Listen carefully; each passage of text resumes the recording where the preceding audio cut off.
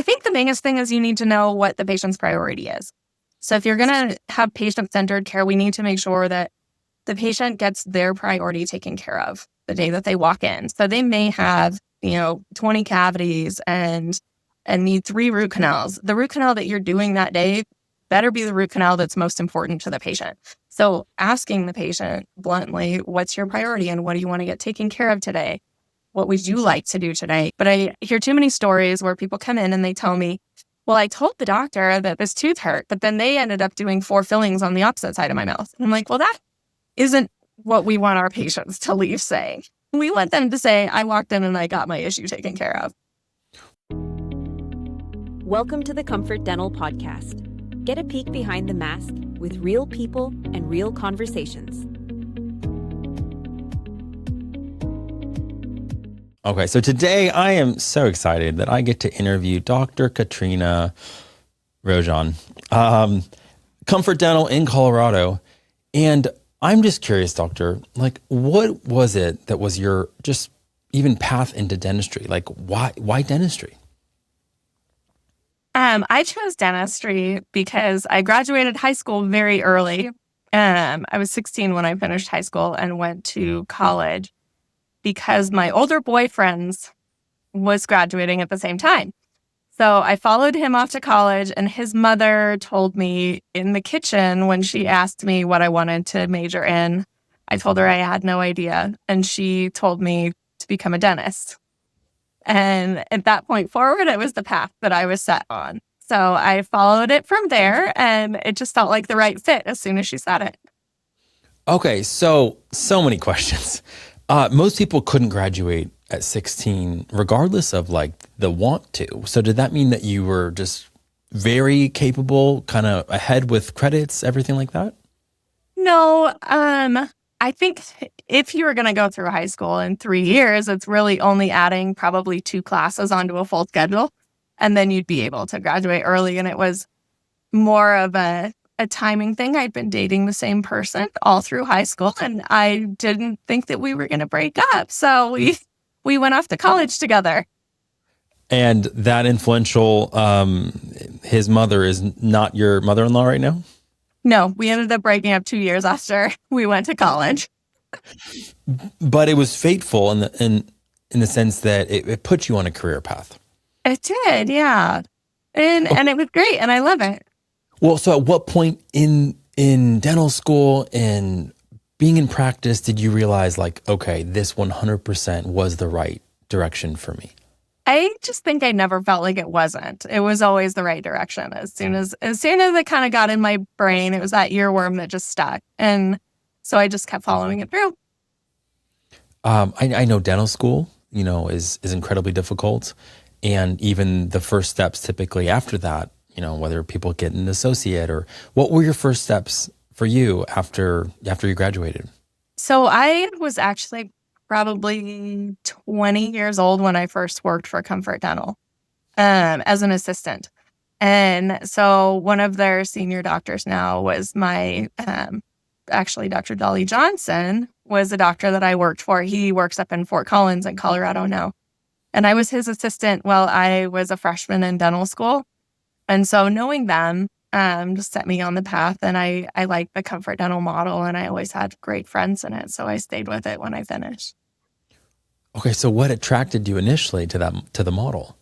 Just it was a job that I happened to go into as dental assisting, since I knew that was where I was gonna land, and I haven't ever known anything different. So it was, I did about 3 months of an associateship and did not think that I would be able to run a practice without somebody helping me. They teach you a lot in dental school how to do dentistry. They don't teach you how to run a business. And so having that model set up where you have people to help you and teach you how to do the business aspect was totally critical for me. So after 3 months of being an associate, I left and bought a Comfort Dental practice. So I was 26 years old when I opened my first one.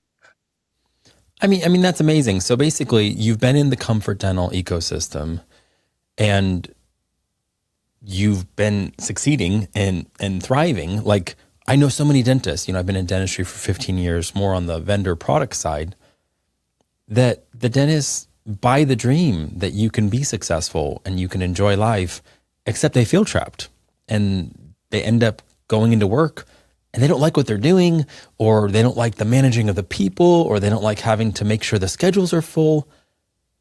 And yet every single Comfort Dental dentist that I've been talking to is like, yeah, like we love that we have this person or this organization that has our back.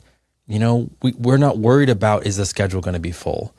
But that's all you've known. So like what a gift that was that you found Comfort Dental early on, instead of, I don't know, stumbling down some of those other paths. Mm-hmm. Yeah, I felt really bad when I had paid off all of my dental school loans right out of school, pretty much just a few years after school. And I still had friends that were living in their parents' basements trying to make it work. Yeah, I can tell you feel bad about that. So what do you love most about the work that you get to do every day? Mostly the patients now, because I've been doing it a while now, the patients that were 6 years old and babies are, getting law degrees, and adults and now bringing in their own children. And it's really wonderful to see them grow up and to be able to see the same patients throughout their lives instead of just a snapshot. If with an injury in a typical physician office, you would see them only during the injury, and then you wouldn't see them again until maybe the next time they get injured.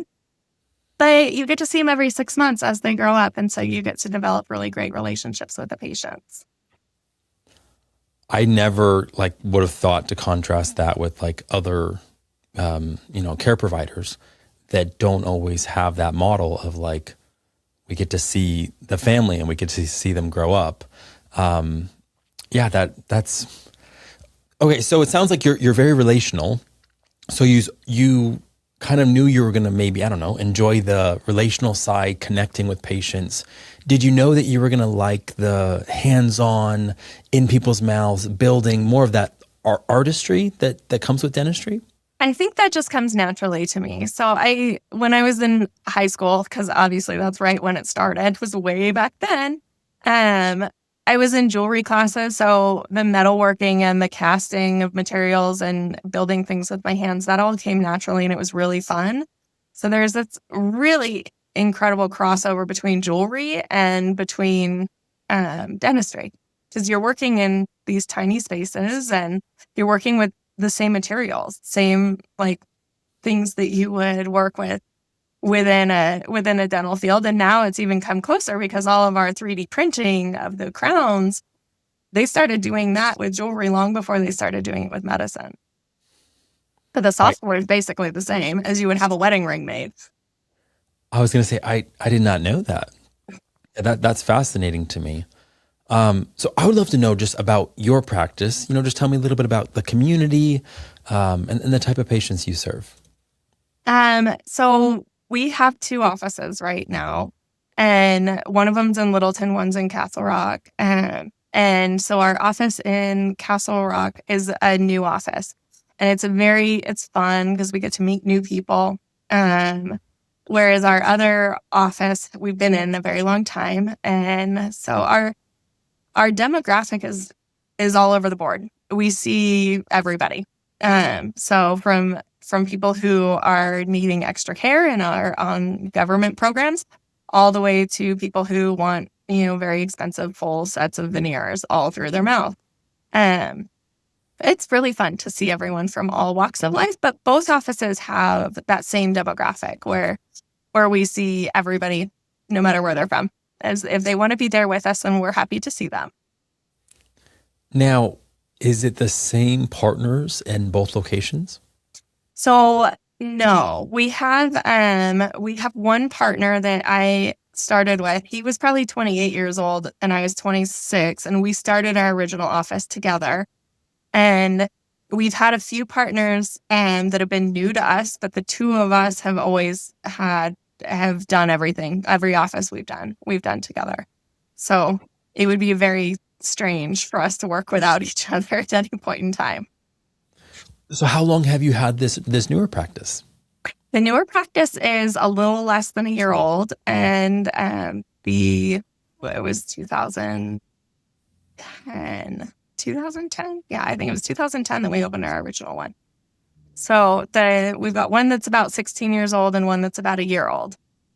So walk me through the decision point. Is it because the 16-year-old practice is busting at the seams, and you realize there's just a huge market, so we can, invest in another practice, bring in some other partners? I'm just curious about that decision point to go all in on another practice. I don't know. I just feel like that's not for everybody, but it seems like you seem to be handling it very well. Well, I think the longer you are in the field of dentistry, naturally things get faster and you get better. That when you've done it 1,000 times over and over and over again for years, you get pretty quick at what you're doing. So our schedule somewhat shifted so that we didn't need to be in the office as much, which was great. But it also left this big window of boredom open. And so we had extra time and we really love it. So we decided we were going to open a second branch, and we've done it one other time before. And it was nice to have that balance and be in the office a little bit more. But we got to the point where we're needing to, do something more other than golfing. So the challenge of it, it sounds like you're very entrepreneurial, that you don't mind stepping out and kind of embracing the unknown or risk. Now again, you're partnered with Comfort Dental, so you have some, you have the systems, and just an amazing backing, I guess. We do, and I think it's fun to have projects. So I always love having a project, and if I run out of projects, then I gotta go find another one. Well, I just have a lot of admiration for you. I know a lot of dentists that love being chairside, like predictability, like the ritual, the routines, and they kind of just want to have a comfortable life as that dentist. And here you are, with Comfort Dental, and yet you're free to actually just pioneer and do dentistry the way you want to. And if that means solving bigger problems and not golfing as much because you open up a new location, I just think it's amazing that Comfort Dental gives you that permission to do dentistry on your terms. Oh, definitely. And they provide a lot of support as well on the background, where the things that I came out of school not knowing how to do, we had this incredible support network to teach me how to do it. And we've been able to kind of pass that on to people as well, and teaching them how to do it now that we know how to run the business aspect, which I think is the scariest part. When you come out of school, you can do the dentistry, but there's this big, I guess, a big nervous energy about jumping off, starting a practice. What happens if I take on debt of a new practice and I don't know how to do it? What if I screw it up? When you have the network of people to support you, it makes it incredibly difficult to screw it up, because you have all these people jumping in to say, oh, no, try this. Try it a different way here. This is the next step you take. So it's really a very safe way to start a new practice versus taking over a retiring dentist's practice and realizing that I would not be able to know everything I needed to know right out of school to be able to make it functional. So you're actually saying, sure, there was risk involved, but all things considered, it was kind of less risky than the alternative. Yeah. But then as you get comfortable in the ecosystem, now again, you don't mind from time to time more managed risk, because you're like, well, we kind of got this down. We kind of understand the system. We know how to work well within the Comfort Dental ecosystem and succeed. We've done this before. We can do it again. So if there was a partner out there, or a dentist that's looking to, join the success of a great Comfort Dental location like yours, what are you looking for in a partner? We would want somebody who's brave, somebody who's ready to learn more, because a lot of the new students, depending on which school they came out, they're not super comfortable with surgery and root canals, especially molar root canals. And most of the comfort dental doctors do molar root canals and third molar extractions and larger procedures, implants, but they didn't necessarily come out of school having a huge background in that. And every single one of them has just decided to educate as best they can with continuing education and practice and programs. And they've all gotten on board with doing those larger procedures, which makes it really successful, and it opens a bunch of doors for you if you can do those things. So the only thing that you'd really need to do is like a willingness to want to learn those things and to want to get better at them, and not feel like they're very scary, because they're not. You just have to do them over and over again and practice, and then you get really good at them. So, and I think we all go through that when we're straight out of school. There's things we're comfortable with, and there's things that we're less comfortable with. So what makes your office feel different when a patient walks through the door?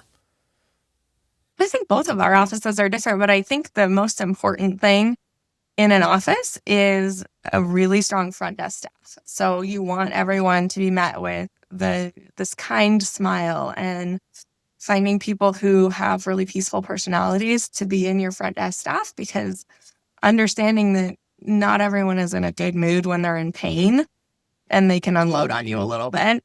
But having a lot of grace for that is critical in an office, in all parts, with the back staff as well as the front staff. But the front staff is the first face that they meet, and if they can be met with a kind word, even if they're not in a good mood, then it goes a long ways.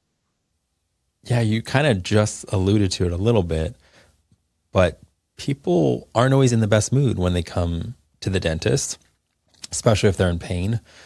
And overall, sometimes people are nervous. They have some anxiety. Is there anything specific that you do when you notice that in a patient? I usually am very lighthearted, and I joke around with them and ask them more about their personal day and their personal things that they have going on. Because it puts people at ease to know that they're not just another tooth in an office, and it's not just all about the pain, but they seem to feel a little bit more human when someone's asking about their weekend and asking about how their family is, or do they live in the area if it's a new patient. So developing that relationship is really key, because at that point, then people feel a lot more comfortable with you, and they trust you, and you can take better care of them when they trust you and they feel comfortable in your chair. So, and if they need nitrous and they really need to be looped out, then we can do that too. So the building of rapport, brokering trust, is that something? I'm sure Comfort Dental has some sort of a track, business best practices around teaching that, but it seems like maybe that was something that just came more naturally to you. I think it's something you learn as you go along the way. So the more that you see people react to your reactions when you're in the chair, you'll learn that very quickly when you get out in the real world, that you come out and occasionally you get to be the human punching bag. And you just have to understand that it has absolutely nothing to do with you or what's going on. It's usually situational, and the patient's in pain. And if they're hurting, no one's on their best behavior when they're hurting. So often, if they do have an episode where they get upset about something, then normally they'll come back and apologize later when they're feeling better. So it's almost embarrassing for the patient if they lose their cool a little bit. But most of the time, they're really happy when they come back and they've been not in pain for a while, and they seem like a whole different person. Suddenly they're sweet and bubbly and sunshiny. Crazy what pain can do, right? Right. I was volunteering in a Mission of Mercy, and I'm not clinical, so I'm in the line, and I'm just talking to some of the people that have spent 2 nights waiting for it to open up. And this one woman, she's like, look, I've had babies, I've been shot, but this tooth abscess hurts more than that. Yeah. And it was just like, I don't think I understood, because I've never been in a situation where I've had a bad abscess, like how life can seemingly stop existing until you can get out of that pain. Yeah.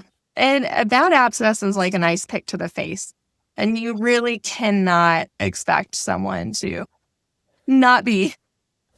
Okay, I've never heard. That's a pretty visceral image there. An ice pick to the face. It gets very bad, very, very bad. So they can't think about anything else. It just hurts so much. So, Dr. Rojohn, tell me, how would you describe the culture of your team? We like them to be buddies and friends. A lot of our staff members are friends outside the office as well as inside the office. It's an interesting balance to find. Having the staff gel together, you have to find the right personalities.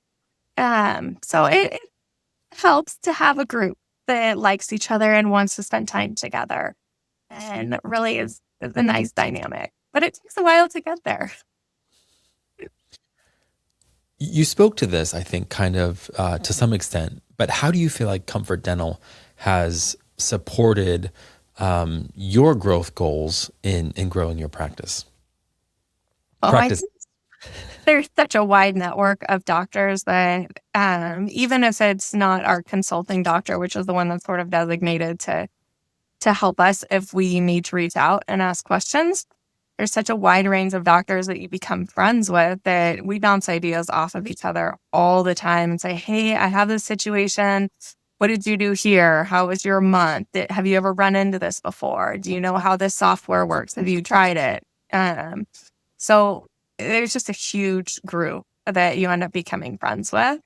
So it's nice to be able to reach out and automatically have an answer of somebody who has been through the same thing before. Okay, so tell me a little bit more about this. I don't think I've heard this before. So you said you have an assigned consulting doctor. Now, so it sounds like an amazing mentorship model. Is that a current active dentist somewhere in the Comfort Dental network, or is that like a retired person on staff? No, it's a current active dentist. So it would, most of the time, if you buy your practice and you go with this consulting model, then there will be a current active dentist. I don't think that I may be wrong on this, but I don't think they allow you to consult if you're no longer with the company anymore. So it would be somebody who's still within the Comfort Dental model that would be consulting you. So is that a role that you would assume at some point in the near future?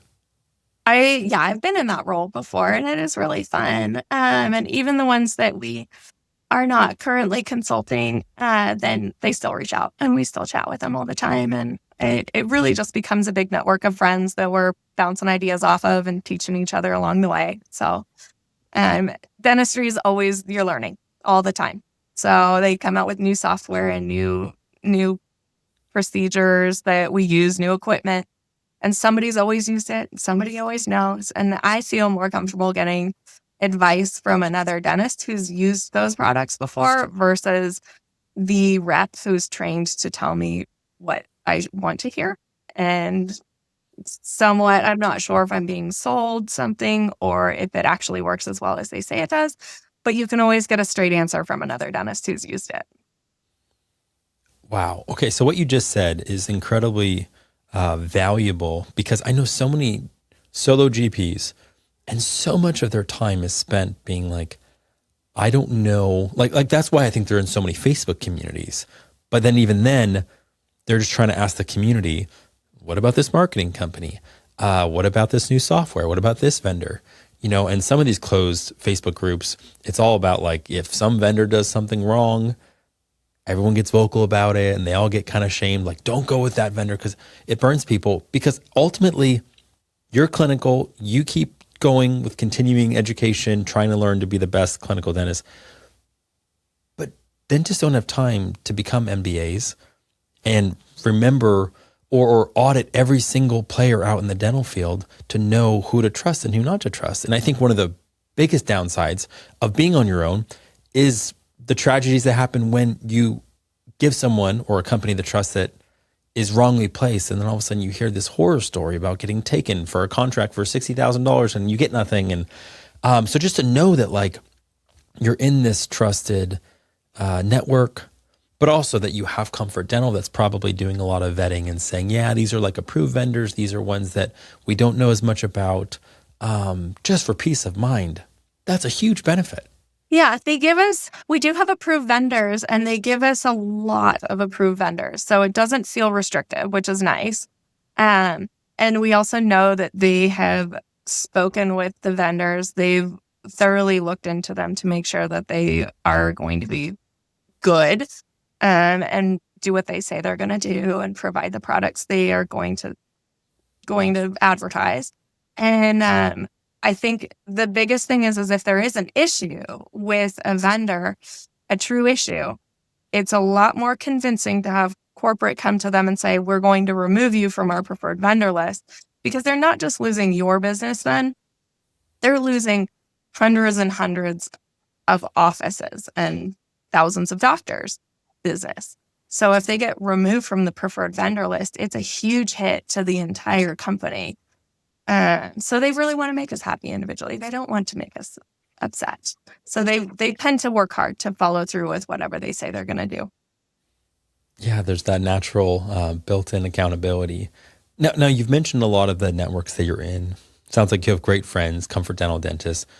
Do you still, I don't know, go into trade shows, rub shoulders with other solo GPs that aren't in the Comfort Dental ecosystem? Yeah, I do. I have a lot of friends that aren't in the Comfort Dental system. And they are always asking me, well, what do you guys do? Because they still have that need to know what's going on, because they know the system works. And even if they don't end up joining Comfort Dental and buying a Comfort Dental office, I'd still have them blowing my ear up every once in a while saying, well, what do you guys do? What do you think about this? So it's a situation where they definitely can see the value in the education that we have, because they're reaching out. Especially when it comes to, overheads and keeping your overhead in check, and, should you spend X amount of dollars on your front desk staff, and should I buy this building? Do the numbers work on it? I feel like our friends that are outside of Comfort Dental come to us pretty frequently to do an overhead check to say, hey, is this going to work? Because they know that we know whether it'll work or not. Okay, so kind of, I wonder if you just answered the question, but it might be a little different. So are there certain frustrations that you hear them talk about that you're just like, wow, like I don't get frustrated by that because I'm a Comfort Dental practice? Right. Our overheads are great. So our paychecks are great by default.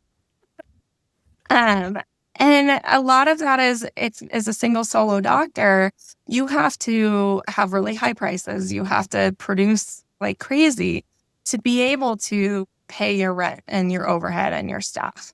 When you have a network where you're in a group practice where you have, 2 to 4 doctors per office, it makes it so much easier to meet those numbers, to be able to pay your rent and the fixed things. Like the electric bill's never going to change no matter what you do. Your rent's never going to change no matter how much you produce. The only moving target is really your lab bill and your supplies. So outside of that, there's some huge fixed expenses. There's a lot easier to accommodate if you have 4 doctors producing and collecting versus one doctor trying to, pay $80,000 worth of overhead before they ever get to take a paycheck home. They have to meet those numbers before anyone gets to survive. And if they can't, then they're in trouble. And so finding that balance on overhead is really critical to all practices. So I see that model that you just painted and I see how, economies of scale, one piece of technology, 4 doctors or 4 dentists get to use it instead of each solo practitioner investing in, the huge piece of technology. I see, like you said, rent. It's the same whether it's 1 dentist or 4 dentists. Now, but implied in that is the one thing that has to be there, which is new patient flow or just patients coming in. And that's where, again, because Comfort Dental does the marketing, they know how to generate patients. That's also something that seems like that's off your shoulders. Am I getting that correctly, or am I wrong on that? Oh, no, completely. I never worry about new patients coming in. If we have a problem with new patients coming in, it's because one of the doctors is being rude. So if you can keep yourself in check and you can be a happy doctor that people will want to see, then you're never going to have a problem with new patients coming in the door. You would have to scare them off to have an issue with it.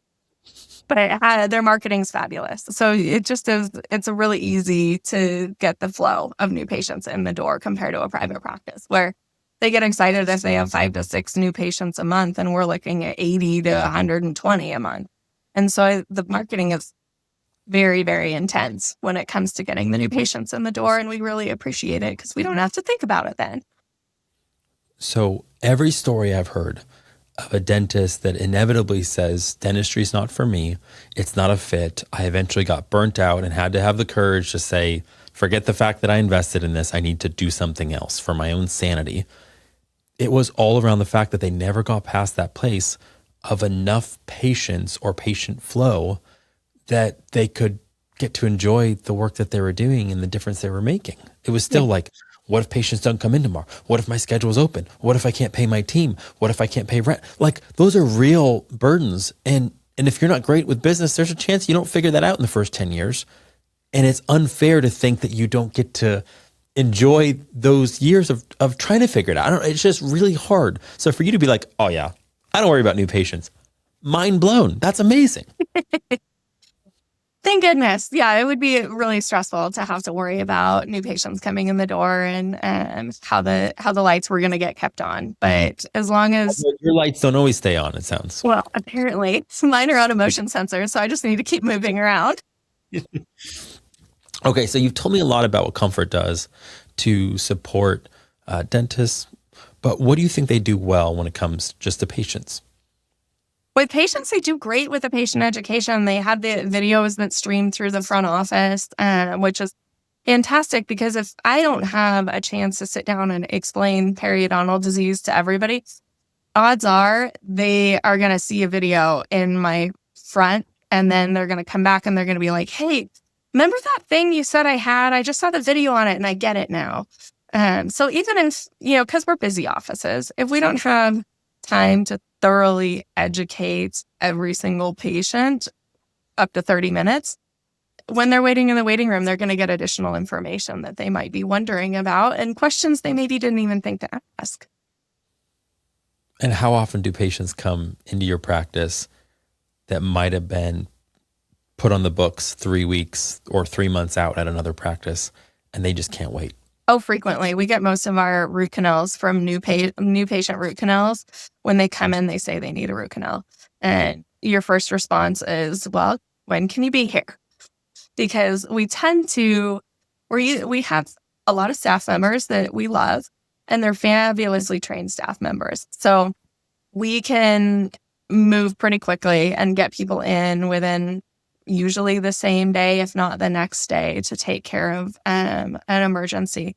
And once you take care of their emergency, they want to stay with you forever because you're the doctor that got them out of pain that night and didn't refer them out for a week later procedure. So which is another reason that we love the Comfort docs to be able to do root canals and surgery and other things that most of us do. Not all of us do all of those things, but most of us do. It seems like there's a certain type of agility you have to be able to excel in an environment like that, where again, there's the structure, but then there's we don't know, especially on a Saturday, who's going to show up, what they're going to need, how much pain they're in.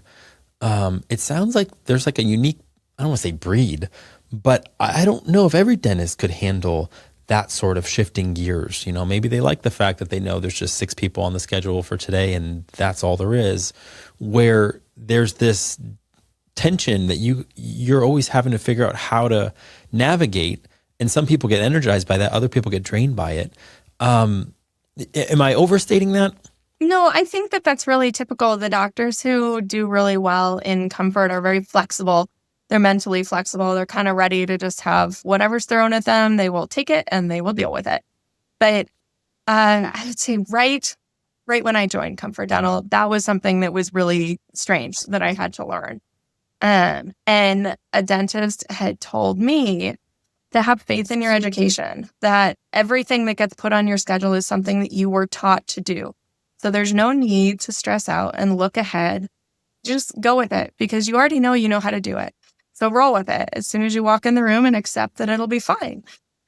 There's nothing that will ever be put on your schedule that you do not know how to do.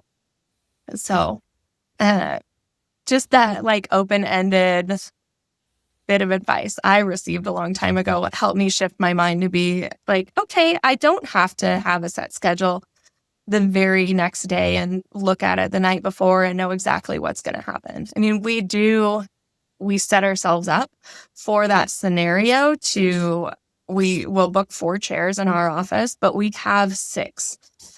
So we always have 1 or 2 chairs available for that flexibility. If something runs long, it doesn't make us delayed. So it is a big help to have that. And they set up all their trays in advance because they know even if the 8 a.m. root canal doesn't show up, they'll leave it there and odds are we'll use that room for the root canal that walks in at 10 a.m. So it's really pretty, I mean, you learn how to set it up so that you can deal with the flow and it actually goes really smoothly and nicely, even though you're not quite sure what you're going to be doing during the day. Keeps it exciting too. Oh, I'm sure the days go by fast. So in your practice, just from your perspective, what does patient-centered care look like? I think the biggest thing is you need to know what the patient's priority is.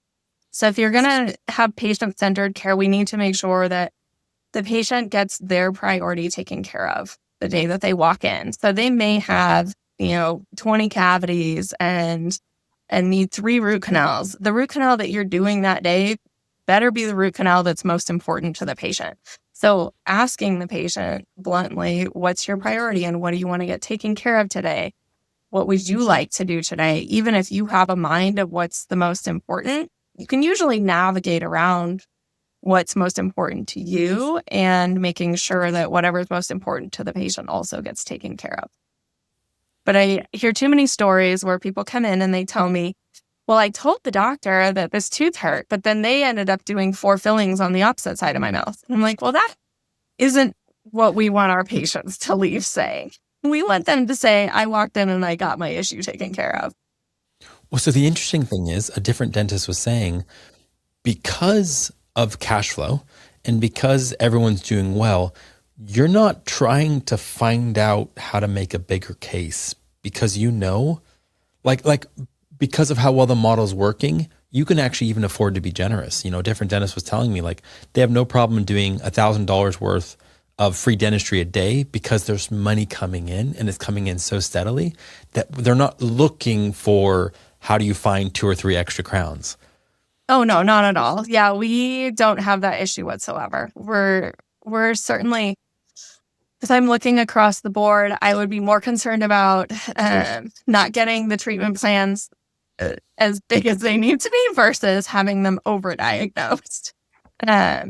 So we'll usually put together a full treatment plan because we want the patient to know that we have looked at their whole mouth and we know what's going on and they have confidence.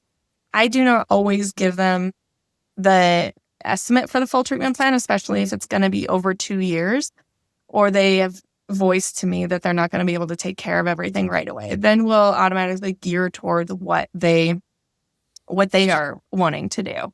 And we'll get them an estimate for what they're wanting to do. If they want to do everything, we'll get a full price estimate, but at least I'll run through everything that needs to be done. If we give them an estimate for a root canal and 20 crowns that need to be done, they're not getting 20 crowns done on their insurance in 1 year. So often they'll want to span it out and the insurance company can change and the fees can change and it creates confusion for the patient.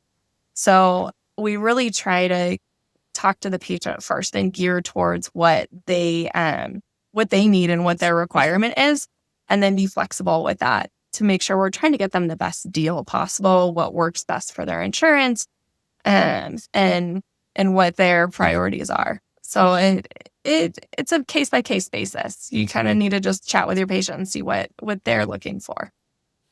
Okay, so as we're wrapping up, I just have 2 more questions for you, Dr. Rojohn.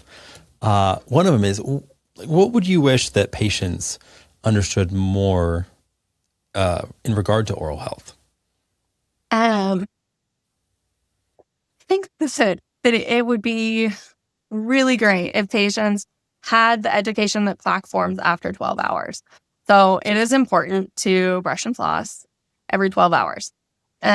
So if they realize that it comes back and had that actual timeline of like, hey, this is why they're always telling us to brush in the morning and at night. And we're just trying to hit that 12-hour point. And if everyone was doing that, then, we wouldn't be nearly as busy.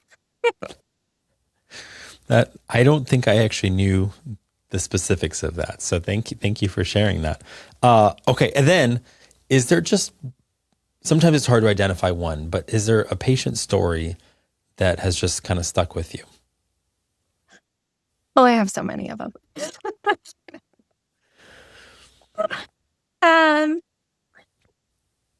I think there are a handful of patient stories that have stuck with me, but there's one in particular that we had a girl come in that was a meth addict, and her grandmother was taking care of her dental treatment. Normally, they don't come in to see us till after they kick the habit. And so she was 22 years old and could have been a supermodel outside of her mouth. And so we saw her, and we ended up sadly having to remove all her teeth, and she went to dentures. But her dentures were so gorgeous that you could not tell that they were a denture. And when she left the office, she called me in tears a half hour later and told me that she had been asked out on a date at the gas station for the first time in 7 years.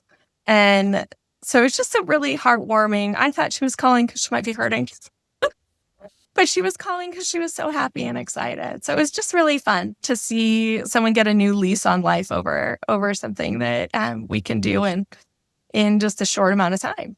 So, but it makes a huge lifelong difference to them. It's been so refreshing to see that the genuine care that comes out of you, but not just that, just the vibrance and the enthusiasm and just the life. And this is what I want for all of dentistry, because when dentists are doing well, that's better for the patients. And that's why I think it's so difficult for me when I am seeing, I don't know, just some of the struggles that's common to dentists. So if there's a dentist out there right now that is struggling, or they're not sure if they're in the right model, I don't know, what would you say to them about, I don't know, maybe checking out Comfort Dental? Oh, I would definitely recommend it. I've always recommended it to my friends, and I absolutely love it. I don't have any complaints whatsoever. It's been really great for me, and I would never want to trade places with someone in private practice all by themselves.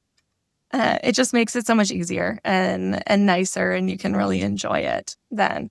So it takes a lot off your plate to have a team helping you out. Well, Dr. Rojohn, it has been an honor. Thank you so much for letting me interview you today. Oh, thanks. It was fun. Thank you for listening. You can learn more about Comfort Dental at comfortdental.com.